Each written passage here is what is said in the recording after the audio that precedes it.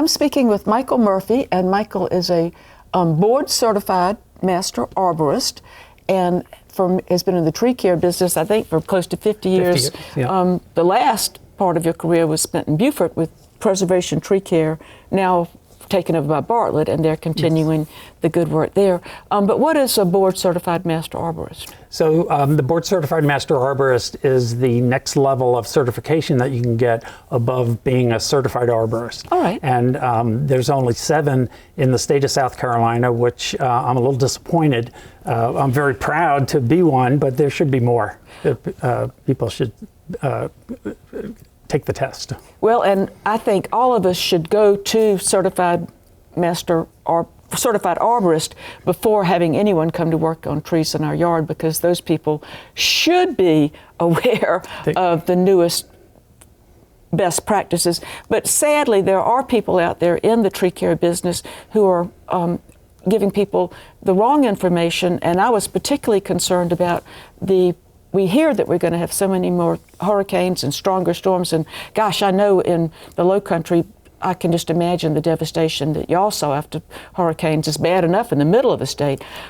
So what do we expect to happen with hurricanes? What are y'all hearing now? Well, the projections are not very good, and we know the weather is really affecting our daily lives. But Kim Coder from the University of Georgia Warnell School of Forestry tells us that there's going to be a 6.5 degree increase in temperature by 2035. There's going to be 6% added to the wind loads from future hurricanes. Storms are going to be moving 20% slower, and there's going to be 24% more rainfall, and we can all attest to that.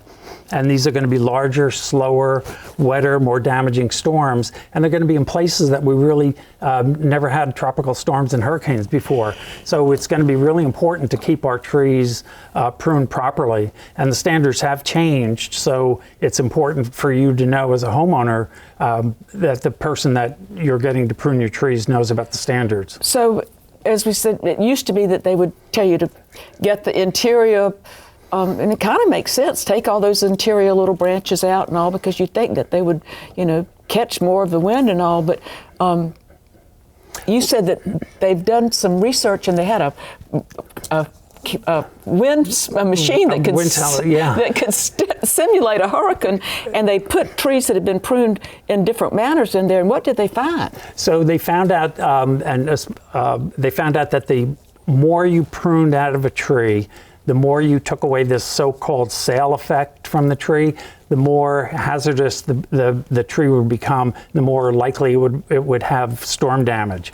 And so they did the research, and they pruned the trees, different types of trees. They had this a wind machine, this down at the University of Florida it happened, and they were able to slow the video down with the high definition photography that we have these days, and they found that the trees that were over pruned were whipping around in the wind like a whip. They were just flailing about, and then the properly pruned trees, they were almost dancing. The ones that still had the interior branches, they were almost dancing. They were dampening, and they were balancing each of the other limbs. So all that interior crown turned out to be very important for the tree.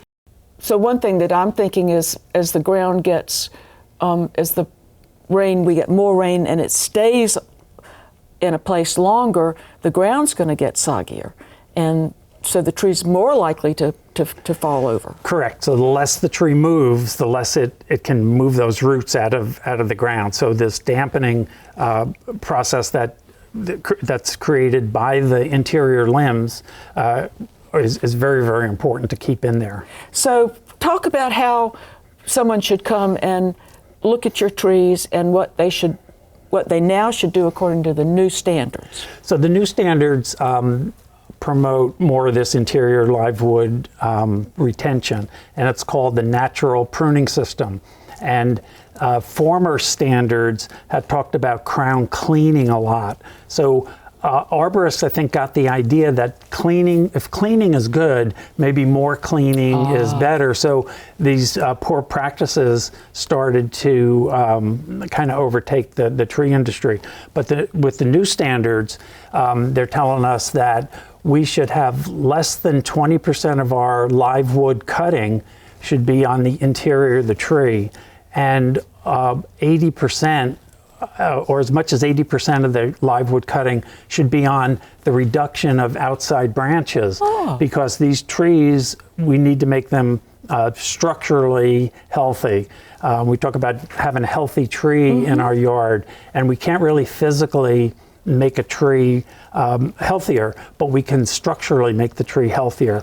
And by bringing in, reducing elongated branches and retaining as much of that interior growth as we can, these trees are going to be have healthy, stable structures, and that's as much as we can do for a tree. Well, I want to thank you so much for sharing this information with us, because I know that trees are the backbone of our ecology in so many ways. The shade, the value to wildlife, and then that if they do contact a certified arborist, just go to the Certified Arborist website, you can find people in your area who have that training, and get in touch with them and have them come and help you with your trees. Well, I hope our listeners take your advice, and they definitely will have stronger and safer trees. Thank you so much for sharing this information. Well, thanks for having me today.